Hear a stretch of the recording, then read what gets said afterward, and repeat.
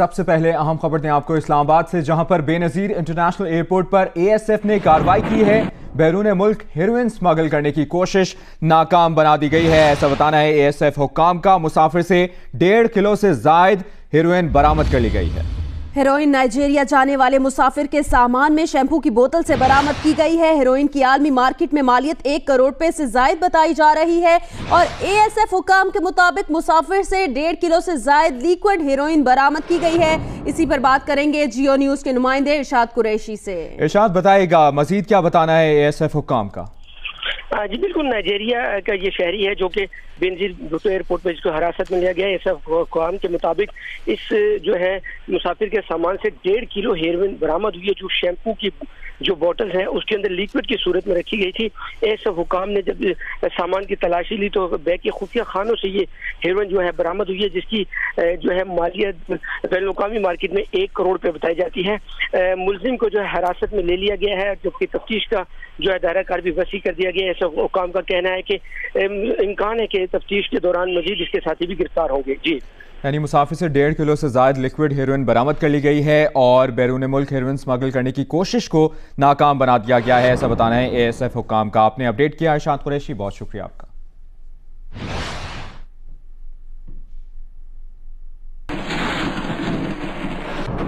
पेशावर से खबर दें आपको, नवाही इलाके गनी रहमान कले में सुबह सवेरे धमाका हुआ है और पुलिस के मुताबिक धमाका एक ताजिर के घर के बाहर हुआ, लेकिन कोई जानी नुकसान नहीं हुआ। जबकि बम डिस्पोजल यूनिट का बताना है कि धमाका दस्ती बम का था। मजीद तफसील जानेंगे जियो न्यूज के नुमाइंदे आदिल परवेज से। आदिल परवेज बताएगा क्या बताना है पुलिस का।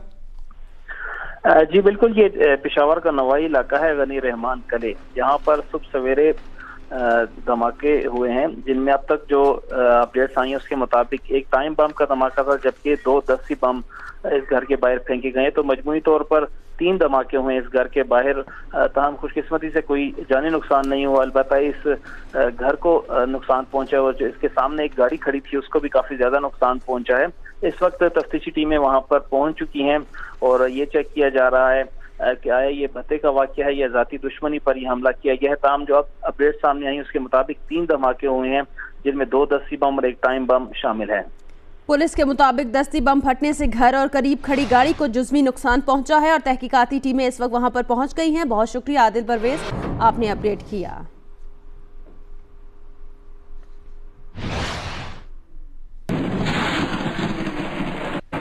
स्वात से आपको अपडेट करें, जहां पर शकरदरा के मकाम पर स्कूल वैन उलट गई है। इस हादसे के नतीजे में 6 बच्चे जख्मी हुए हैं, ये बताना है पुलिस का। पुलिस के मुताबिक जख्मी बच्चों को मटा अस्पताल मुंतकिल कर दिया गया है। शकरदरा के मकाम पर स्कूल वैन उलट गई है और 6 बच्चे इसमें जख्मी हुए हैं।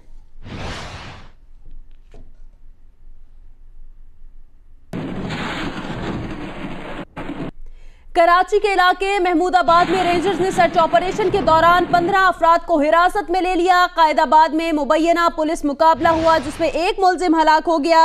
और आपको ये भी बताएं कि सईदाबाद में नामालूम अफराद की फायरिंग से एक शख्स जख्मी हो गया। रेंजर्स हुकाम के मुताबिक महमूदाबाद चनेसर गोट में जराइम पेशा अफराद की मौजूदगी पर रेंजर्स की भारी नफरी ने इलाके का मुहासरा करके सर्च ऑपरेशन किया और घर घर तलाशी के दौरान 15 अफराद को हिरासत में लेकर तफ्तीश के लिए नामालूम मकाम पर मुंतकिल कर दिया। ऑपरेशन के दौरान मुतादिद मोटरसाइकिलों को भी तहवील में लिया गया, जबकि कायदाबाद में मुबैना पुलिस मुकाबले में एक नामालूम मुलजिम भी हलाक हो गया। मुलजिम के कब्जे से असलहा छीना गया है और मोबाइल फोन और रकम बरामद कर ली गई है। दूसरी जानिब सईदाबाद में डकैती में मुजाहिमत पर नामालूम मुलजिमान की फायरिंग से 25 साला जफर जख्मी हो गया है।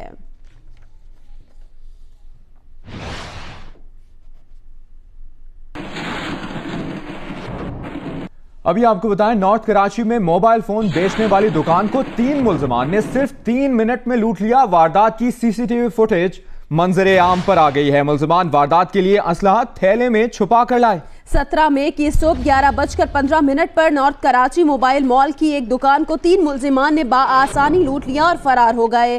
वारदात की मंजरे आम पर आने वाली सीसीटीवी फुटेज में देखा जा सकता है कि मुलजिमान नॉर्थ कराची में वाक़ मोबाइल मॉल में दाखिल हुए और एक मुलजिम ने थैली में छुपाया हुआ असलहा निकालकर 2 साथियों में तकसीम किया, जिसके बाद मुलजिमान एक दुकान में घुस गए और सिर्फ 1 मिनट में दर्जनों मोबाइल फोन और नकदी लूट ली। असलहा तकसीम से लेकर लूटमार में 3 मिनट का वक्त लगा। सीसीटीवी वीडियो में शलवार कमीज पहने मुल्जिमान के चेहरे वाज़ेह हैं।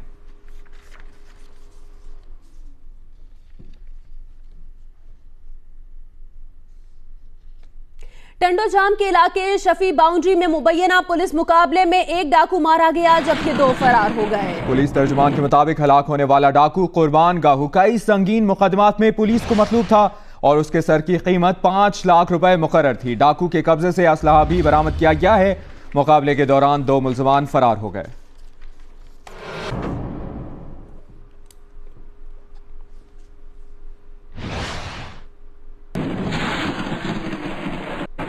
लोधरा से आपको खबर दें, जहां पर गैस सिलेंडर की रीफिलिंग के दौरान होने वाले धमाके के मजीद 3 जख्मी दम तोड़ गए, जिसके बाद जाँ बहक होने वालों की तादाद 5 हो गई है। पुलिस के मुताबिक 14 मई को लोधरा के इलाके अड्डा शाहनाल में एलपीजी गैस सिलेंडर की रीफिलिंग के दौरान धमाका हुआ था, जिसमें जख्मी अफराद जख्मी हुए थे और ताहम 11 जख्मियों को तशवीशनाक हालत में निश्तर अस्पताल के बंद यूनिट लाया गया और जहां आज 3 जख्मी जख्मों की ताब न लाते हुए दम तोड़ गए और इसके बाद जाँ बहक होने वालों की तादाद 5 हो गई है।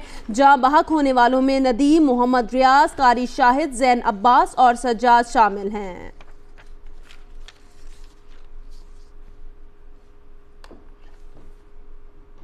कराची को बड़े बड़े दावों के बावजूद कचरे से पाक नहीं किया गया। तारिक रोड जैसे पोश इलाके में भी कचरे के ढेर से शहरी शदीद परेशान दिखाई देते हैं। तफसीलात से आगाह करेंगे नुमाइंदा जियो न्यूज काशिफ मुश्ताक। जी बिल्कुल, इस वक्त हम आपको रिपोर्ट कर रहे हैं तारिक रोड झील पार्क के करीब से, जहां मेरे अकब में आप देख सकते हैं कि किस कदर कचरा मौजूद है। मैं अपना कैमरामैन नासिर अली से कहूंगा कि वो आपको दिखाएं कि ये झील पार्क की अकबी दीवार है और इसके साथ जो है कचरा किस कदर मौजूद है, जिसने जो है जो पार्क है उसका तमाम तर जो रौनकें हैं उसे भी मुतासिर किया हुआ है। इस कचरे की वजह से ना सिर्फ इस पार्क का ये हिस्सा मुतासिर हो रहा है, बल्कि मेरे बिल्कुल बाएं जानिब जो है रिहायशी इलाका है और जो यहाँ के इलाका मकीन है वो भी इस कचरे से शदीद परेशान है। मैं आपको दिखाऊँ कि यहाँ ये डंपिंग जो है पॉइंट बनाया गया है। ये भी पॉइंट काफ़ी दिन से ऐसे ही भरा हुआ है। जो इलाका मकीन है उनका ये कहना है कि यहाँ से कचरा उठाया नहीं जाता है, बल्कि इसको फुल होने के बाद जो कचरा है वो रोड पे फैला दिया गया है, जिससे जो ट्रैफिक है वो शदीद मुतासिर हो रही है। मेरे चंद कदम दूरी यहाँ स्कूल भी मौजूद हैं, जो स्कूल में बच्चे पढ़ते हैं वो भी काफ़ी परेशान हैं। जो स्कूल इंतजामिया है उनकी जानिब से भी कहा जा रहा है कि यहाँ ये कचरा इसी तरह ला के डंप कर दिया जाता है, यहाँ से उठाने के लिए कोई इंतजाम नहीं किए गए। हम आपको बताएं कि मेयर कराची वसीम अख्तर की जानिब से भी जो है मुहिम का ऐलान किया गया था कि कराची को कचरे से पाक करेंगे, लेकिन वो मुहिम भी करामत साबित नहीं हुई है और शहर के मुख्तलिफ इलाकों में इसी तरह ये कचरे के ढेर मौजूद हैं, जिससे शहरी शदीद परेशान हो रहे हैं और इसका कोई प्रॉपर निज़ाम अब तक सामने नहीं आया है। जी आगे बढ़े, हम खबर दें आपको। भारतीय जासूस कुलभूषण जाधव के मामले पर अटॉर्नी जनरल अशतर औसाफ कहते हैं आलमी अदालत इंसाफ ने किसी तौर पर भी कौंसलर रसाई की बात नहीं की। तर्जुमान दफ्तर खारजा ने कौमी सलामती के मामलात पर आलमी अदालत इंसाफ का दायरा कार तस्लीम करने से इनकार करते हुए भारत से कुलभूषण जाधव के सहूलतकारों तक रसाई का एक बार फिर मुतालिबा कर दिया है। आलमी अदालत की जानिब से कुलभूषण की फांसी पर हतमी फैसले तक हुक्म इम्तना के बाद पाकिस्तान की जानिब से 2 टोक और वाज़े मौक़िफ़ जारी किया गया। तर्जुमान दफ्तर खारजा नफीस ज़िक्रिया का कहना था आलमी अदालत इंसाफ का दायरा कार तस्लीम नहीं करते। ये पाकिस्तान की कौमी सलामती का मामला है। पाकिस्तान ने रवा साल एक एलामिया आर्टिकल 36 के तहत आलमी अदालत इंसाफ में जमा करवाया, जिसमें वाज़े तौर पर कहा गया कि बाज़ मामलात में आलमी अदालत इंसाफ का दायरा कार तस्लीम नहीं किया जाएगा। कुलभूषण जाधव का मामला भी उसी में आता है। Pakistan has entered a revised declaration under Article 36(2). ये मामला आलमी अदालत के दायरा इख्तियार से बाहर है। ये पाकिस्तान की कौमी सलामती का मामला है। भारत कश्मीर में रियासती दहशतगर्दी बेनकाब होने पर अब कुलभूषण के केस को इंसानी बुनियादों पर उठा रहा है, जिसका मकसद आलमी बरादरी की तवज्जो रियासती मजालिम से हटाना है। भारत एक ऐसे शख्स का दिफा कर रहा है जिसने कई बेगुनाह लोगों की जान ली। अटॉर्नी जनरल पाकिस्तान अशतर औसाफ अली ने कहा कि पाकिस्तान आलमी अदालत में अपने केस का भरपूर दिफा करेगा। आलमी अदालत इंसाफ ने अभी हतमी फैसला नहीं दिया। पहले तो कोर्ट ने ये कहा कि ये एप्लीकेशन उनकी प्राइमा फेशियाई यानी बादी नज़र में अभी फाइनल फैसला नहीं है, काबिल पजीराई है, इसके और मज़ीद बहस होना है। इसके अंदर पाकिस्तान को हक हासिल है और इसके अंदर पाकिस्तान जो है वो अपना जवाब जो है वो दायर कर सकता है और हिंदुस्तान को भी अब अपना मौक़िफ़ जो है इन राइटिंग देने की बात है। अभी तक उनकी सिर्फ एप्लीकेशन थी और एप्लीकेशन का दायरा कार बिल्कुल महदूद था, और वो क्या था कि जब तक के आईसीजे अपना हतमी फैसला न दे, कुलभूषण को फांसी न दी जाए। भारतीय जासूस कुलभूषण जाधव की फांसी पर आलमी अदालत इंसाफ ने हुक्म इम्तना जारी किया। जज रोनी अब्राहम का कहना था कि बादिउल नजर में कुलभूषण जाधव का मामला भी आलमी अदालत इंसाफ के दायरा कार में आता है और अदालत समाअत का इख्तियार रखती है। फैसले में पाकिस्तान से कहा गया कि इस बात को यकीनी बनाया जाए कि आलमी अदालत इंसाफ में केस का मुकम्मल फैसला आने तक कुलभूषण को फांसी ना दी जाए।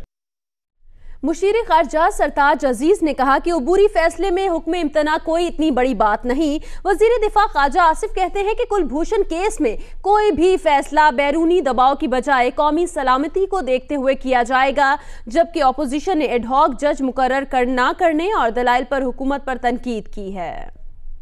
कुलभूषण जाधव पर आलमी अदालत का फैसला आने के बाद मुशीर खारजा सरताज अजीज ने कहा कि हमारे वकील ने आलमी अदालत में केस अच्छी तरह और पूरी तैयारी से पेश किया। इस तरह के केसेस में अपील पर हुक्म इम्तना मिल जाता है। वजीर दिफा ख्वाजा आसिफ ने बरतानवी नशाती इदारे को इंटरव्यू में कहा, अबूरी फैसले को किसी की जीत या हार नहीं कहा जा सकता। वजीर मुमलिकत बराए इत्तलात मरियम औरंगजेब का कहना था कि पाकिस्तान ने आलमी अदालत में बेहतरीन अंदाज में केस लड़ा। इस वक्त वजारत कानून जो है वो इस फैसले के ऊपर नजरसानी कर रही है कि जो अगला फेज है उसमें पाकिस्तान ने क्या मौक़िफ़ लेके जाना है, और इस फैसले ने कुलभूषण यादव को किसी तरह भी डीलिंक नहीं किया उनको दहशतगर्दी और जो भारतीय जासूसी के लिए उन्होंने पाकिस्तान की सरजमीन को इस्तेमाल किया। पीपल्स पार्टी के रहनुमा शेरी रहमान ने कहा कि 10 मई तक पाकिस्तान के पास एडहॉक जज मुकर्रर करने का वक्त था। ये पाकिस्तान का हक था, मगर पाकिस्तान ने एडहॉक जज मुकर्रर नहीं किया। तहरीक इंसाफ के रहनुमा शाह महमूद कुरैशी ने कहा कि भारत के मुतालबात आलमी अदालत में मान लिए गए। हुकूमत एक तरह से सख्ते में चली गई है। हमने दायरा इख्तियार चैलेंज किया था, लेकिन आलमी अदालत ने उसे मुस्तरद कर दिया। दी हेग में पाकिस्तानी दफ्तर खारिजा के नुमाइंदे मुअज़्ज़म अली खान ने कहा है कि जज के फैसले से कुछ लोग गलत नताइज अखज़ कर रहे हैं जो दुरुस्त नहीं। उन्होंने ये बात जियो न्यूज़ के नुमाइंदे खालिद हमीद फारूकी को इंटरव्यू में कही। बड़े कंक्लूजन ड्रॉ करने की इस वक्त जिस तरह के मैंने देखा कि कुछ लोग करना चाह रहे हैं, मेरा ख्याल में ये बिल्कुल गैर मुनासिब है। तो केस ने खैर अपनी इंटरप्रिटेशन जो कोर्ट जिस तरीके से वो देखती है, कोर्ट ने आज हमें वो बताया है कि वो इस चीज़ को किस तरह देख रही है। ठीक है ना जी।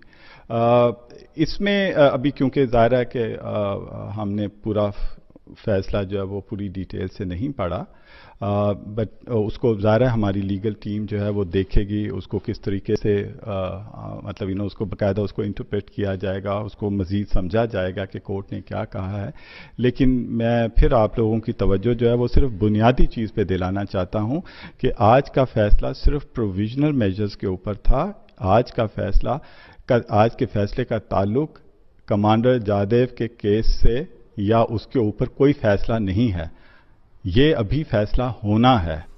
डेरा गाजी खान से खबर दें आपको, कबायली इलाके दिलाना में सिक्योरिटी फोर्सेस ने सर्च ऑपरेशन किया है और इस ऑपरेशन के दौरान सिक्योरिटी फोर्सेस पर मुल्जिमान की जानिब से फायरिंग की गई है। ये बताना है सिक्योरिटी जराए का। जवाबी कार्रवाई में एक मुल्जिम मारा गया, दूसरा फरार हो गया। डेरा गाजी खान में कबायली इलाके दिलाना में सिक्योरिटी फोर्सेस का सर्च ऑपरेशन। इसी पर बात करेंगे जियो न्यूज के नुमाइंदे सलीम बुजदार से। सलीम, इस ऑपरेशन से मुतालिक अपडेट कीजिए। जी, ये डेरा गाजी खान का कबायली इलाका है दलाना। यहाँ पर सिक्योरिटी फोर्सेस और जो कबायली फोर्स है बॉर्डर मिलिट्री पुलिस, उनका मुश्तरका सर्च ऑपरेशन किया जा रहा था कि इस दौरान दो मुल्जिमान की जानिब से, जो हमें बताया गया सिक्योरिटी फोर्सेस जराए ने कि दो मुल्जिमान की जानिब से उन पर फायरिंग की गई है और जवाबी कार्रवाई में एक मुल्जिम उसमें से मारा गया है, दूसरा फरार हुआ है और उसके कब्जे से जो सिक्योरिटी फोर्सेस ने हमें बताया है जराए ने कि उनकी कब्जे से जो मुल्जिम था जो मारा गया है उसके कब्जे से एक पिस्तौल भी बरामद हुआ है और दूसरे मुल्जिम की तलाश अभी तक जारी है। ये कबायली इलाका है क्योंकि यहाँ पर पुलिस का एरिया नहीं है। ये जो कबायली फोर्स है बॉर्डर मिलिट्री पुलिस और बलोच लेवी, वहाँ पर उसकी अमलदारी इन फोर्सेस की। तो सलीम, ये भी कंफर्म कीजिएगा मुल्जिमान की शनाख्त हो गई? हमें जो बताया गया सिक्योरिटी जराए ने कि अब तक मुल्जिम की शनाख्त नहीं हो सकी है कि उसका क्या नाम था और किस तंजीम से उसका ताल्लुक था या किस जराइम पेशा गिरोह से उसका ताल्लुक था। इस बारे में अभी तक तहकीकात की जा रही हैं। सही, बहुत शुक्रिया आपका सलीम बुज़दार, आपने अपडेट किया। कबायली इलाके दलाना में सिक्योरिटी फोर्सेस ने सर्च ऑपरेशन किया है।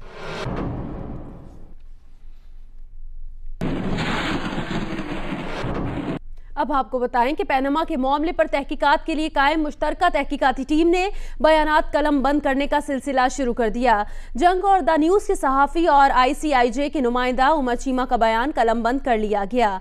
ज़राए ने जियो न्यूज़ को बताया कि जंग ग्रुप से ताल्लुक़ रखने वाले सीनियर सहाफ़ी उमर चीमा से मुश्तरका कमेटी के चेयरकान ने पैनमा पेपर्स के हवाले से मुख्तलिफ सवालात किए।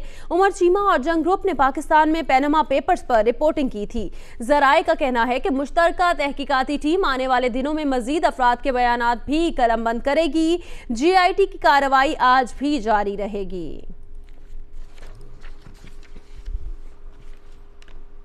खबर दें आपको, इलेक्शन कमीशन ने सियासी जमातों को वोटर फहरिस्तों की फराहमी के लिए इंतखाबी इस्लाहात कमेटी की तजवीज़ की मुखालफत कर दी।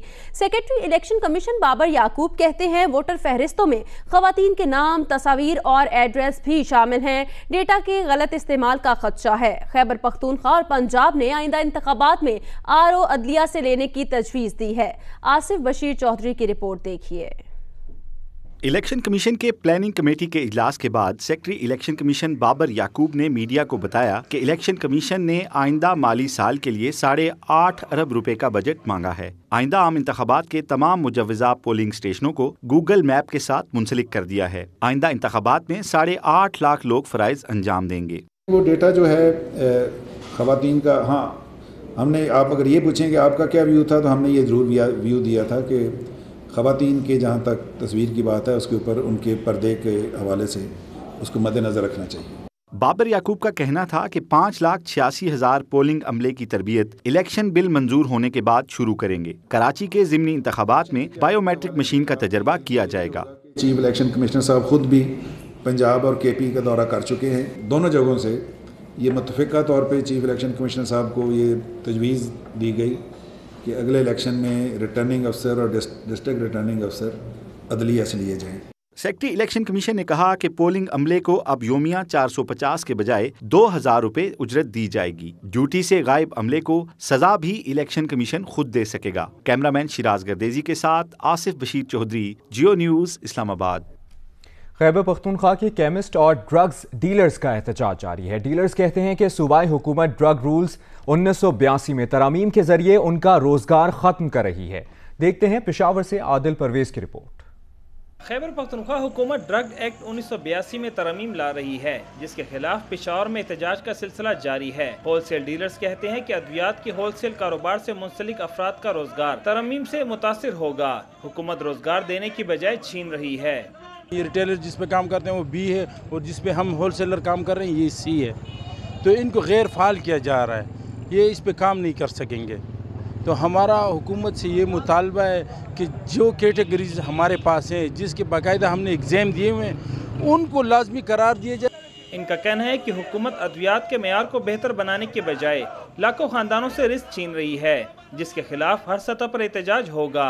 लाइसेंस मिले हुए हैं और वो हमारे जो है वो, तो ऐसा नहीं है कि हम यहाँ पर बैठे हुए हैं नमक मंडी में, तो एक गैर कानूनी है कि 1982 के ड्रग रूल के कुछ शिके हैं, जैसे कि कैटेगरी C पर लाइसेंस दिया जाए, इसको बहाल रखा जाए।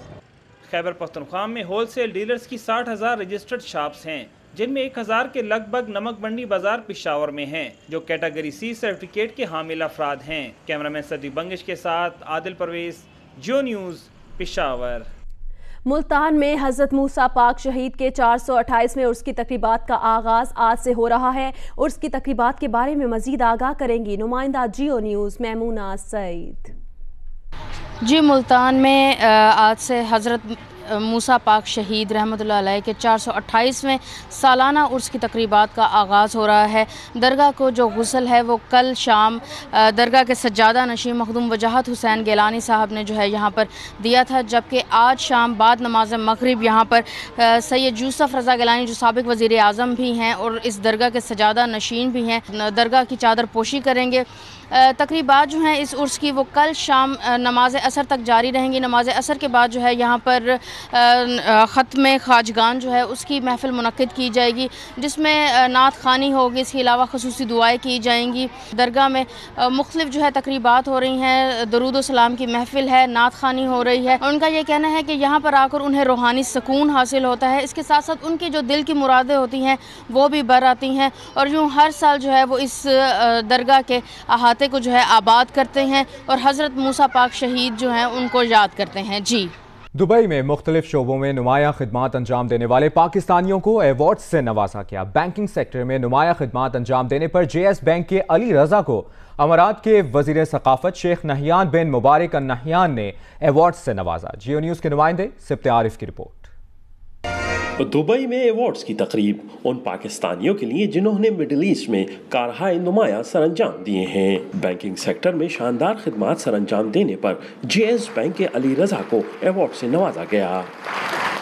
तो ये तो बहुत बड़ा ऑनर है जी कि शेख नयान आए, उन्होंने खुद हमें ऑनर किया, लोगों को अवार्ड्स दिए और जो भी कंट्रीब्यूशन कर रहा है उसकी रिकग्निशन जो मिली है अल्हम्दुलिल्लाह जी। साथ साथ दुनिया भर में खुसूसन पाकिस्तान में मुतादिद अवार्ड्स हासिल करने वाले मियां मंशा को भी उनकी खिदमात पर अवार्ड से नवाजा गया। Well, I am very honored and humbled. मुझे बड़ी खुशी हुई है कि people outside Pakistan also see people who have done some work. तकरीब के मेहमान खुसूसी थे इमारात के वजीर सकाफत और समाजी बहबूद शेख नयान बिन मुबारक अल नहयान। उन्होंने पाकिस्तानियों की खिदमात को खिराज तहसीन पेश किया। We Emiratis appreciate the many significant contributions of our Pakistani brothers and sisters. Awards की तकरीब पीपल्स ऑर्गेनाइजेशन ने सजाई थी। सिप्ते आरिफ, जियो न्यूज़, दुबई।